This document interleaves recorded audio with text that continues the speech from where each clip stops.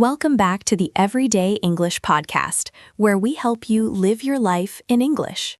We are going to simulate the single most stressful conversation you can have in a store when the staff looks at you and says no.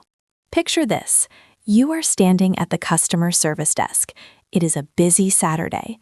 There is a line of people behind you. You push a shirt across the counter because it does not fit. The clerk looks at it, frowns, points to a sign on the wall, and says, "I can't take this back, the tag is off." Your face gets hot. Your heart starts racing. You do not know the words to argue. This actually happened to me last month.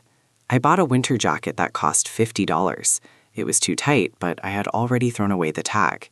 When the clerk said she couldn't help me, I just said, "Okay, sorry," and walked away. I still have that jacket in my closet. I never wear it. I kept it because I was too scared to have the conflict. By the end of this episode, you will have the 3 exact phrases you need to save that situation, be polite but firm, and get your money back. Today we are talking about returns. Returning items is a normal part of shopping in English-speaking countries, but it is also a high-pressure situation. It is high pressure because it feels like a confrontation. Buying something is hoppy. Returning something feels negative. You are asking for money back, or you are admitting you made a mistake. Exactly. And there is a lot of specific vocabulary on the receipt and in the store policy that can be confusing. If you miss one word, you might lose your money. So where do we start? We are going to start with 2 dialogues. First, we will listen to the happy path. This is the perfect return where everything goes right. I like the happy path. Me too. Listen to how simple the language is here. I will play the customer, and Sarah, you play the store clerk. Got it. I am the clerk. Hi, I'd like to return the shirt. Sure. Was there anything wrong with it? No, it just didn't fit. It was a little too small. No problem. Do you have the receipt? Yes, here it is, and the tags are still on. Great. I can put that back on your card. It should show up in 3 to 5 business days. Perfect, thanks. Okay, stop there. That was the dream scenario. That was so easy. You said, "I'd like to return this," and I said, "No problem." Right. In this situation, you have the receipt and the tags are attached. The vocabulary is simple. You use the phrase, "put that back on your card." Yes, that means a refund. The money goes back to the credit card or debit card you used. But life is not always the happy path. Usually there is a problem. Maybe you lost the receipt. Maybe you wore the shirt once. Maybe the date has passed. That is when the panic starts. Let's listen to the problem path. This is what happens when things go wrong. Listen carefully to how the tone changes. Sarah, you are the tough clerk this time. Hi, I was hoping to return this jacket. Do you have the receipt? Actually, no, I think I lost it, but I bought it here last week. I'm sorry, but we can't give refunds without a receipt. It is store policy. Oh, is there any way I could just exchange it for a different size? Not without the receipt. And the tag is detached, so I can't resell it. I really haven't worn it. I just tried it on. Is there anything you can do? I can give you store credit for the current sale price, but that is the best I can do. Okay, I suppose I will take the store credit. And scene. Sarah, how did that feel? It felt stressful. As the clerk, I had to say no a lot. And as the listener, I heard a lot of words that might be confusing. Let's break down that vocabulary before we talk about the grammar of negotiation. The first big confusion for learners is the difference between a refund, an exchange, and store credit. I used to think they were all the same thing. They are very different. A refund means you get your cash back. The money returns to you. Right. Refund equals money in my pocket. Exactly. An exchange means you do not get money back. You just swap the item for another item. Usually it is the same item in a different size or color. So if I buy a blue shirt and I exchange it for a red shirt, no money changes hands. Correct. That is an exchange. But then there is the third one, which came up in our dialogue, store credit. Sarah, did you catch what that means? I think so. In the dialogue, the clerk said, "I can give you store credit." That sounds like money, but it is not cash, right? It is not cash. Store credit is like a gift card for that specific store. The shop keeps your money, but they give you a voucher to buy something else later. Ah, that is the trap. So if I return the jacket for store credit, I can't use that money to buy groceries or pay my rent. I have to spend it at that clothing store. Exactly. And usually, if you lose your receipt, store credit is the only option they will give you. The clerk also said something about the current sale price. What does that mean? This is a very important detail. Let's say you bought the jacket for $100, but today the jacket is on sale for $50. Okay. If you try to return it without a receipt, the store does not know you paid $100. They only know what the price is today, so they will only give you $50 in store credit. Ouch. So I lose $50? Yes, that is why keeping the receipt is so important. I also heard the word policy. The clerk said it is store policy. Policy is a magic word in retail. It means the rules. When a clerk says it is store policy, they are telling you, I cannot change the rules. My boss decides this. It is a way for them to stop the argument. They are blaming the rules. Exactly. But as we will learn in a minute, just because they say it is policy does not mean you should give up immediately. There is a way to negotiate. Before we get to the negotiation, can we talk about the grammar? Because in the second dialogue, you didn't say, I want to return this. You noticed that? Yes, in the happy path, you said, I'd like to return this. But in the problem path, when you didn't have the receipt, you used different words. You said, I was hoping to return this. This is the key to polite negotiation in English. When we know there might be a problem, or when we are asking for a favor, we use what we call softeners. Softeners, like making a pillow softer. In a way, yes. You are cushioning the request so it does not sound aggressive. I want to return this is very direct. It sounds like a demand. And if I don't have a receipt, I am not in a position to demand anything. I am asking for help. Exactly. So we use the past continuous tense to make it softer.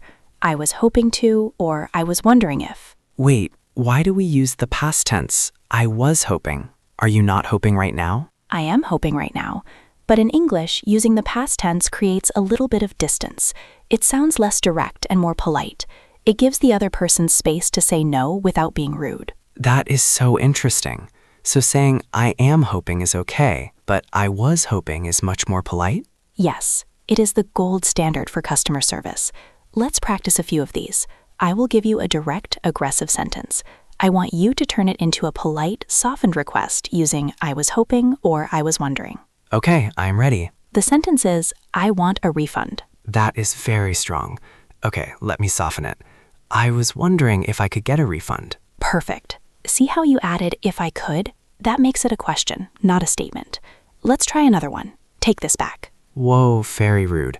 Okay, I was hoping to return this. Excellent. Or even better, I was wondering if it would be possible to return this. If it would be possible, that is a great phrase. It sounds so professional. It removes the blame. You aren't asking, will you do this? You are asking, is the situation possible? It takes the pressure off the clerk. And when the clerk feels less pressure, they're more likely to help me. Exactly. Now, let's look at another structure from the dialogue. When the clerk said no, I didn't just walk away like you did with your jacket. No, you pushed back, but you were polite about it. You said, is there any way? Is there any way I could? This is the phrase you use when you want to check if the rule can be bent. Is there any way I could exchange it? Right. Or, is there any way we could work something out? That is a good one. Is there any way we could work something out? It sounds like a partnership. It invites the clerk to be creative. Maybe they can't give you cash, but maybe they can give you a discount on your next purchase. You never know unless you ask. We are going to practice this negotiation in a moment. But first, I want to take a quick second to ask you something. If you are enjoying this breakdown of real-life English, make sure to subscribe to the podcast. We don't just teach words. We teach you how to handle the difficult moments in life, like arguing with a store clerk or going to the pharmacy. If you want to feel more confident in your daily life, hit the subscribe button so you don't miss our next episode. Okay, Sarah, are you ready to put this into practice? I think so, but I am still a little nervous about the clerk saying it is store policy. That phrase shuts me down. Let's role-play that specific moment. This is the hardest part. The clerk has just refused you. You need to acknowledge the rule, but still ask for help. Okay, what is the formula for that? The formula is agreement plus softener plus logic. Agreement plus softener plus logic. Can you give me an example? Sure. First, you agree with the difficulty. I understand that is the policy. Okay, that shows I am listening. Then the softener. However, I was wondering if. And the logic? The logic is your reason why they should make an exception. For example, I understand that is the policy. However, I was wondering if you could make an exception because I have been a loyal customer for 5 years. Ah, I see. You are giving them a reason to be nice. Right. Or, I understand the tag is off. However, I was wondering if I could exchange it because I still have the original packaging right here. That makes sense. You are giving them a solution. Let's try it. I will be the struct clerk. I am going to say no to you. I want you to use the formula. Okay, I am ready. I'm sorry, sir. We cannot accept returns on sale items. It is final sale. Okay, agreement first. I understand that it is a final sale item. Softener. However, I was wondering if there's any way I could just exchange it for a larger size? Logic, because the shirt is completely unworn. Boom. That was perfect. Really? Yes, you acknowledged the rule, so you didn't sound arrogant. You used, I was wondering if there is any way, which is very polite, and you gave a logical reason. It is unworn. As a clerk, I might still say no, but I am much more likely to go ask my manager to help you. And that is a win. Even if the answer is still no, at least I tried my best. I didn't just walk away with a $50 jacket I can't wear. Exactly. And sometimes they might say, let me speak to my supervisor. If they say that, you have won. The supervisor has the power to override the system. Override the system. That sounds cool. It means they can type a special code into the register to force the refund. So the goal is to get the supervisor. Often, yes, but you never ask for the supervisor angrily. You don't say, let me speak to your manager. That is rude. That is being a Karen, right? Right. Instead, you say, I completely understand you can't do it. Is there a supervisor available who might be able to authorize an exception? That is so smooth. You are saying I know you can't do it, so you aren't blaming the clerk. Precisely. You are on the clerk's team. Now we are going to do a listening challenge. This is an exam-style task, similar to what you might hear on the IELTS or TOEFL, but it is also just good life practice. Okay, what do our listeners need to do? I am going to play a short dialogue between a customer and a clerk. It is going to be fast, and it is going to be a little bit noisy, like a real store. And what is the question? The customer is trying to return a pair of shoes. The return is rejected. I want you to listen and tell me what is the specific reason the clerk gives for rejecting the return. There are 3 possibilities. What are the options? Option A, the customer does not have the receipt. Option B, the shoes have been worn outside. Option C, the return period has expired. It is too late. Got it. A, no receipt. B, worn outside. C, too late. Listen carefully. The answer is in the details. Hi there, holding on to these today? No, I actually need to return these. They hurt my feet. Oh, that's too bad. Do you have the receipt with you? Yeah, it's right here in the box. Okay, let me take a look. Okay, I see you bought these last Tuesday, so the date is fine. But looking at the soles here, do you see these scuff marks? Oh yeah, I just walked to the car and back. Yeah, unfortunately, once they have been worn on pavement, I can't accept them as new. We can only take back shoes if they've just been worn on carpet indoors. Really? Even for 5 minutes? I'm sorry, I can't resell them like this. Okay, that was the clip. Sarah, what do you think? That was tricky. The customer did have the receipt. Yes, the customer said it's right here in the box, so option A is incorrect. And the clerk mentioned the date. He said you bought these last Tuesday, so the date is fine. So option C is incorrect. Correct, it was not too late. So it has to be option B. The shoes were worn outside. Exactly. Did you catch the specific vocabulary word the clerk used to identify the damage? He mentioned soles, S-O-L-E-S. That is the bottom of the shoe. Yes, and he pointed out scuff marks. Scuff marks are those little scratches or dirty lines you get when rubber hits concrete. Once they have been worn on pavement, that was the key phrase.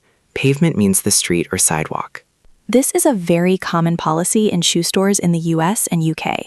You can try them on at home on a rug, but the moment you step outside, you own them. That is good to know. I usually walk around the block to test new shoes. I should stop doing that. Definitely stop doing that if you aren't sure you want to keep them. We have covered a lot of ground today. We talked about the difference between refunds and exchanges.